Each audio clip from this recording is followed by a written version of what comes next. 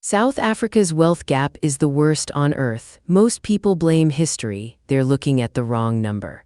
The standard story is clean and satisfying. Apartheid ended in 1994, legal discrimination stopped, and yet wealth remained locked in white hands.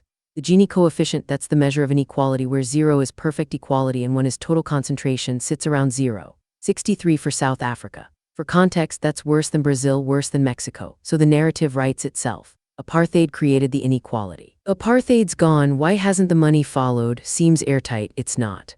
Here's what everyone gets right. Apartheid was a deliberate wealth transfer machine. From 1948 to 1994, the system legally prevented black South Africans from owning land in 87% of the country, barred them from skilled trades, and funneled education spending wildly toward white schools.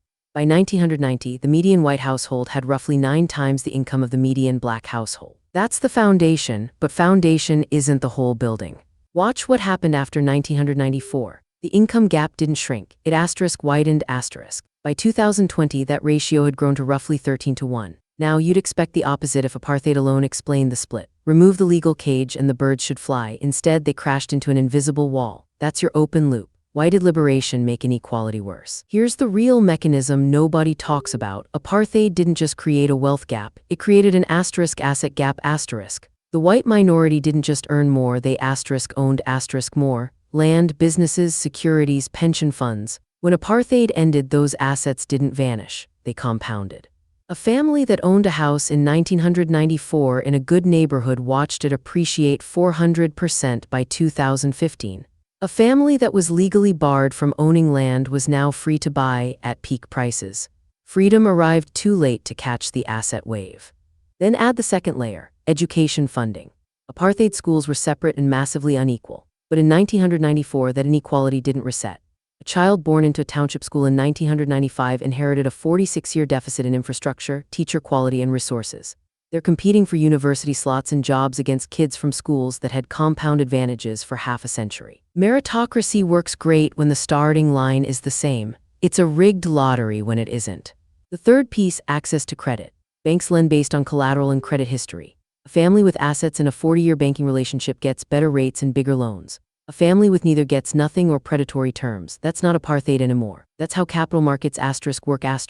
But the starting position was apartheid engineered. So the system now locks in what the system before created. Nobody in this story is stupid. They're just following the incentives that were laid down decades ago.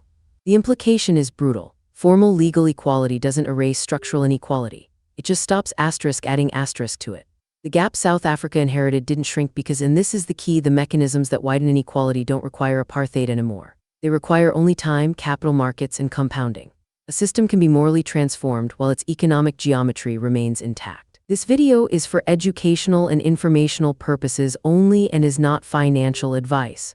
Always do your own research. If you're tracking how history shapes wealth across nations and how systems persist long after their architects are gone, subscribe. We break down the geoeconomics that governments don't advertise.